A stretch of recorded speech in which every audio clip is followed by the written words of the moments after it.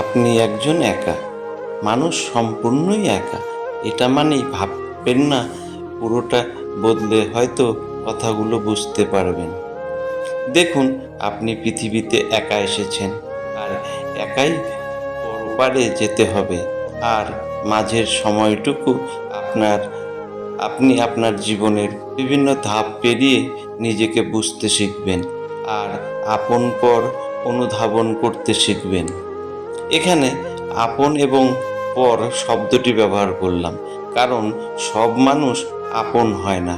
আবার কিছু কিছু প্রিয়জন শুধুমাত্র আপনাকে তার প্রয়োজন মনে করবে, কিন্তু আপনি তাদের সহজে বুঝতে পারবেন না। একমাত্র যখন আপনার প্রয়োজন ফুরিয়ে যাবে তখন বোঝা যাবে। আর একটু খুলে বলি, ধরুন আপনি খুব ভালো বেতনের চাকরি করছেন, মা বাবা ভাই বোন স্ত্রী সন্তান সবাইকে নিয়ে খুব আনন্দের সাথে বসবাস করছেন। আপনি আপনার কথায় মূল্যায়ন সবাই করে, আপনি তাদের নিজের সর্বোচ্চ ক্ষমতা দিয়ে ভালো রেখে চলেছেন। হঠাৎ করে আপনার চাকরিতে কোনো কারণ চলে গেল, আপনি বিপদগ্রস্ত হয়ে পড়লেন। হঠাৎ করে দেখবেন মেঘলা আকাশের মতো আপনার জীবনে অন্ধকার নেমে আসবে। আরও একটু বোঝার চেষ্টা করি, দেখবেন না হঠাৎ করেই সবার কথাবার্তা আর আচরণের মধ্যে পার্থক্য দেখতে পারবেন। ধীরে ধীরে আপনার প্রয়োজনীয় জিনিসপত্র আর খুঁজে খুব সহজে পাবেন না। আর কয়েকদিন পর দেখবেন মোটামুটি কেউ আপনাকে আর তেমন পাত্তা দিচ্ছে না, অথচ এই মানুষগুলো আপনি ভালো রাখার জন্য দিনরাত এক করে পরিশ্রম করেছেন। এক সময় দেখবেন আপনার কিছু প্রয়োজন হয়তো আপনাকে অযোগ্য ঘোষণা করে ছেড়ে চলে যাবে, কারণ তারা আপনাকে একমাত্র প্রয়োজন মনে করত না। পরিস্থিতি আর মেনে নেওয়া যাচ্ছে না। একসময় হতাশা আর ভয় ঘিরে ধরবে আপনাকে, আর আপনি একমাত্র নিজের সাথেই যুদ্ধ করবেন। সেখানে আপনি আপনার আর এক পৃথিবীর শূন্যতা। তাহলে কি দাঁড়ালো?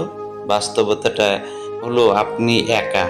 যদি আপনি শুরুর থেকে ভেবে নিতে পারেন আপনি একা, তাহলে আপনার এই হতাশা আর ভয় আপনি কাটিয়ে উঠতে পারবেন।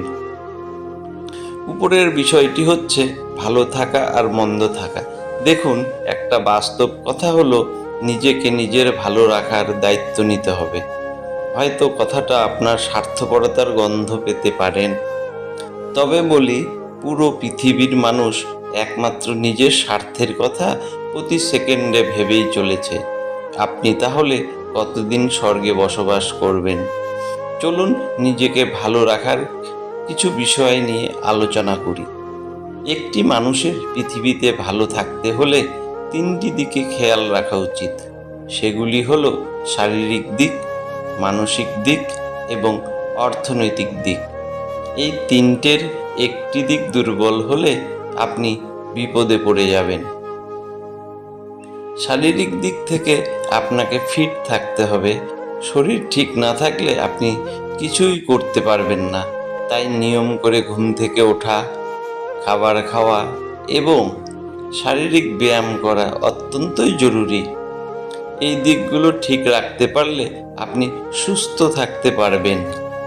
তারপর মানসিক দিক, এটা ঠিক রাখা সবচেয়ে জরুরি বলে আমি মনে করি, কারণ মনের জোর থাকলে সব কিছু সম্ভব। তাই মনকে সকল পরিস্থিতিতে বোঝাতে হবে সব কিছু ঠিক আছে, এগিয়ে চলো। বেচারা অন্ধ, তাকে যা বোঝাবেন তাই বুঝবে। আপনি নিজের মানসিক অবস্থা ঠিক রাখার জন্য নিয়মিত বই পড়তে পারেন, গান শুনতে পারেন। আপনি সবচেয়ে যে মানুষটির সাথে কথা বলে আনন্দ, তার সাথে সময় কাটাতে পারেন। এরপর হাওয়া বদলের জন্য মাঝে মাঝে দূরে কোথাও ঘুরে আসতে পারেন। তবে নেগেটিভ মানুষ এড়িয়ে চলবেন অবশ্যই, কারণ এরা নিজের গর্তে নিজেই পড়ে, আবার দু চারজনকে নিয়ে যায়। তৃতীয়ত, আপনার অর্থনৈতিক দিকটা শক্ত করে তুলতে হবে। এখানে আমরা একটা ভুল করে বসি। তাহলে তা হলো সব সময় আমরা আরেকটা আয়ের উপর নির্ভর করা যাবে না। চাকরির পাশাপাশি এমন কিছু করতে হবে যার মাধ্যমে আপনি আপনার বিপদে পড়লে সাপোর্ট পাওয়া যায়। আমি বলতে চাইলাম নিজের সবচেয়ে দক্ষ দিকটা চিহ্নিত করে সেটা অবসর সময়ে কাজে লাগিয়ে ইনকামের রাস্তা তৈরি করতে হবে। আবার প্রতি মাসে আপনার উপার্জনের বেশ কয়েকটি ভাগে ভাগ করে রাখতে পারেন। যেমন ধরুন সংসার খরচ খাত, চিকিৎসা খরচ খাত এবং অবসরকালীন খাত। এখানে খেয়াল করুন অবসরকালীন খাত উল্লেখ করলাম, কারণ একটি বয়সের পর আপনি আর কাজ করতে পারবেন না। তখন এই সঞ্চয় আপনার জীবন ধারণের সহায়ক হবে। আর আপনি তো প্রথমেই চিন্তা করে ফেলেছেন আপনি একা। যদি পরিবার পরিজন থেকে কোনো কিছু পান, সেটাকে বোনাস হিসাবে নিয়ে আনন্দে জীবন পার করুন। ভিডিওটি পুরো দেখার জন্য আপনাকে অসংখ্য ধন্যবাদ। ভালো লাগলে কমেন্ট করতে ভুলবেন না। চ্যানেলটি সাবস্ক্রাইব করুন। ধন্যবাদ।